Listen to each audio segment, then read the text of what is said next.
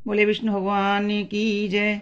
आइए मित्रों, सुनते हैं माघ महात्म के 27वें अध्याय की कथा। प्रेत बोला, हे द्विजवर, एक गांव में यज्ञ कराने वाला पारयात्र कुल का ब्राह्मण अनाधिकारी को यज्ञ कराने से ब्रह्म राक्षस योनि को प्राप्त हुआ था। हमारी संगति के लोभ से वह 8 वर्ष तक हमारे साथ रहा। उसकी जब मृत्यु हुई तो उसकी हड्डियों को उसके पुत्र ने इकट्ठा करके गंगा जी के कनखल तीर्थ में फेंक दिया। उसी क्षण वह दुखी राक्षसत्व से मुक्त हो गया। इस प्रकार गंगा जल की बड़ी अद्भुत एवं अपूर्व महिमा है। मैंने यह प्रत्यक्ष देखा है। मैं प्रेत जन्म की पीड़ा की व्याकुलता से अपना प्रेतत्व दूर करना चाहता हूँ। इसी कारण मैं आपसे गंगा जल मांगता हूँ।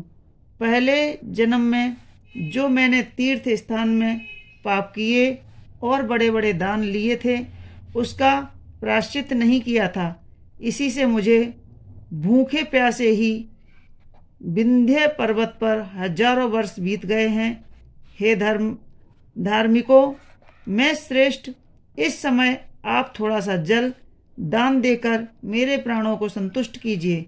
प्राणियों को प्रेत रूप में भी जीना दुर्लभ है, परंतु मनुष्य को सदैव सब प्रकार से अपने शरीर की रक्षा करनी चाहिए।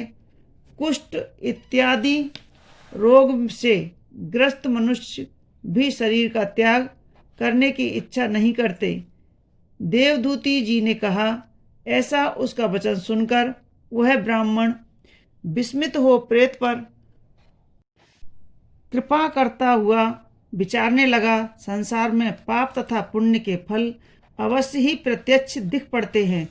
इस कर्म भूमि में जिन्होंने न्याय मार्ग से कुछ धन इकट्ठा किया है, वे ही धन्य हैं। जो सुपात्र को धन देते हैं, वे ही अपना हित करते हैं। संसार का आवश्यक दिया हुआ पदार्थ ही स्वर्ग में प्राप्त होता है और वह ही भोगा जाता है। उस धार्मिक कार्पटिक के ऐसे कहने को सुनकर प्रेत गदगद होकर फिर बोला, हे पथिक, मुझको मालूम हो गया कि आप अवश्य सर्वज्ञ हैं। आप जीवन का आधार जल दीजिए और प्राणदान में अब विलंब न कीजिए। उसके उत्तर में पथिक ने न्यायपूर्ण वचन कहा। कार्पटिक बोला, हे प्रेत, सुनो, मेरे माता पिता भृगु क्षेत्र में बैठे हैं। उन्हीं के लिए मैं तीर्थराज से जल लाया हूँ। बीच में तुमने गंगा यमुना के संगम के जल को मांगा, तभी मैं यह विचार करने की प्राणियों की प्राण रक्षा करना ही उचित है। इस प्रकार जल देकर तुम्हारी रक्षा करके माता पिता के लिए फिर से जल लाऊंगा। केवल यही धर्म देने वाली शुद्ध विधि मुझको प्रबल जान पड़ती है। सब धर्मों का सार तथा सभी धर्मों के जानने वालों की यही सम्मति है कि प्राण से तथा धन से दूसरों का उपकार करना चाहिए। परोपकार से उत्पन्न हुआ पुण्य यज्ञों के तुल्य है। लोमस जी ने कहा।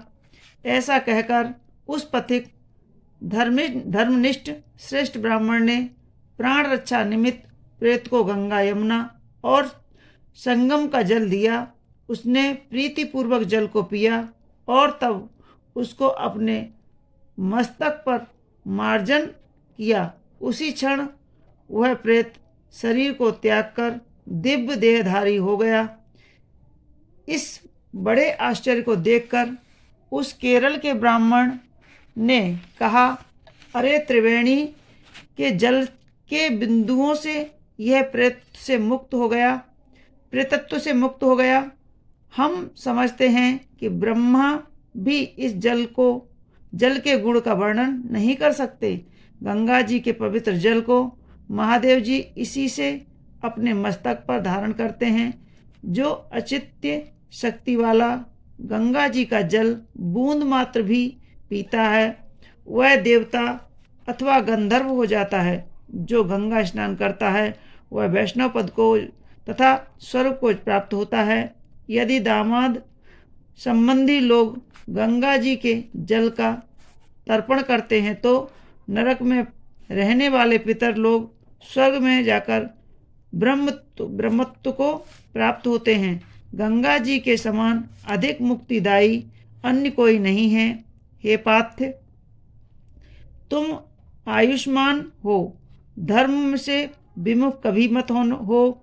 तुमने मुझको गंगा जल से तुरंत तार दिया है। लोमस जी बोले। ऐसा कहकर उस कार्पटिक ने आशीर्वाद देकर पिशाच को स्वर्ग भेज दिया और पथिक भी फिर संगम क्षेत्र का जल लाकर उसी मार्ग से चला गया।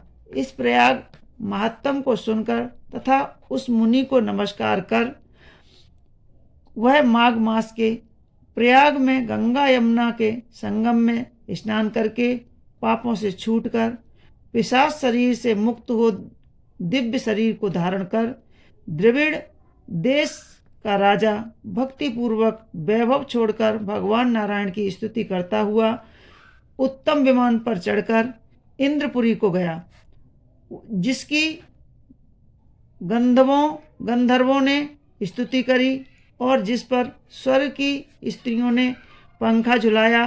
हे द्विजश्रेष्ठ, यह इतिहास पुण्य, यश, कीर्ति, ज्ञान और मोक्ष को देने वाला है, दुर्गति तथा पाप को नाश करने वाला है। अब मेरे साथ ये कन्याएं, ये पुत्र, तुम भी सद्गति पाने के लिए प्रयाग में चलकर ऐसा माघ स्नान करो जो देवताओं को भी दुर्लभ है। वहाँ पर श्राप से पैदा हुए पिशाच तुरंत मुक्त होंगे। वशिष्ठ जी बोले। इस प्रकार लोमस ऋषि के मुख कमल से तमयी मधुर कथा को सुनकर उन्हीं के साथ उन लोगों ने दक्षिण दिशा में प्रस्थान किया।